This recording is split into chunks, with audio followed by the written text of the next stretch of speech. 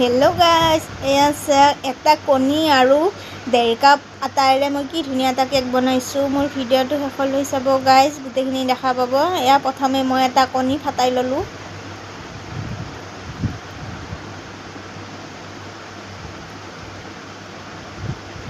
এতিয়া মই 1 কাপ চেনি দি দিলোঁ ইয়াতে। দি পিনি এতিয়া ভালকৈ অলপমান লাৰি দিম 5 মিনিটমান। এয়া গোটেইখিনি মই মিলাই ল'লোঁ, দেখিছেনে চেনি আৰু কণীটো। তাৰপিছত এটা আধা কাপ ৰিফাইন তেল দি দিম। ৰিফাইন তেলখিনিও ভালকৈ লাৰি দিম। এয়া ভালকৈ লাৰি পিনে এতিয়া ইয়াতে এইটো নেমু টেঙা আটি দিছোঁ, কাৰণ কণীৰ গন্ধটো ওলাই থাকিব ন, সেইটো কাৰণে ইয়াতে নেমু টেঙাটো আটি দিলোঁ।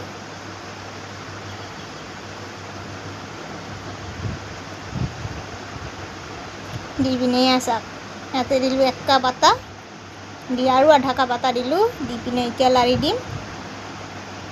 এয়া এনেকৈ ধুনীয়াকৈ লাৰি দিব। দিয়াৰ পিছত এয়া অলপমান নিমখ দিলোঁ।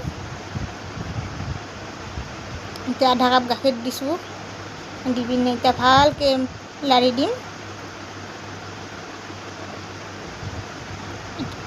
অকণমান বেকিং চ'ডা দিছোঁ গাইজ। বেকিং চ'ডা নহ'লে আপোনালোকে ইন'ও দিব পাৰে, কিন্তু মই দিছোঁ বেকিং চ'ডা। এয়া হ'ল। এতিয়া এয়া কেক যি বনাম বাতিটোত অকণমান ৰিফাইন তেলেদি এনেকৈ হাতেদি ধুনীয়াকৈ মিলাই লৈছোঁ। এতিয়া এটা বাটাৰ পেপাৰ পাৰি দিলোঁ। দি পিনে এতিয়া ধুনীয়াকৈ কেক যি বনাইছিলোঁ এইখিনি ইয়াতে ঢালি দিম।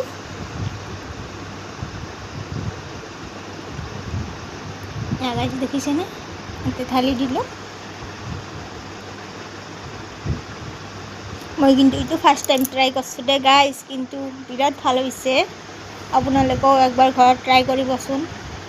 এয়া মই ইয়াতে দিলোঁ কি টাৱাটো বহাই দি পিনে তাৰে ওপৰত এই গেছত যি থাকে সেই এটা দি ল'লোঁ। তাৰে ওপৰত বাতিটো বহাই দিলোঁ। দি এতিয়া 1 ঘণ্টামান এনেকৈ থাকিব দিম। তাৰপিছত লাৰি চাম। এয়া দেখিছেনে, 1 ঘণ্টাৰ পিছত অলপমান গুচাই দি চেক কৰি চাম হৈছেনে নাই।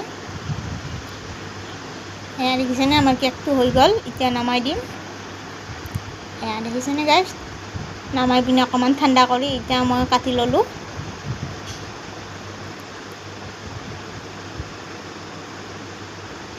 এয়া চাওকচোন কি ধুনীয়াকৈ ওলাই আহিছে কেকটো।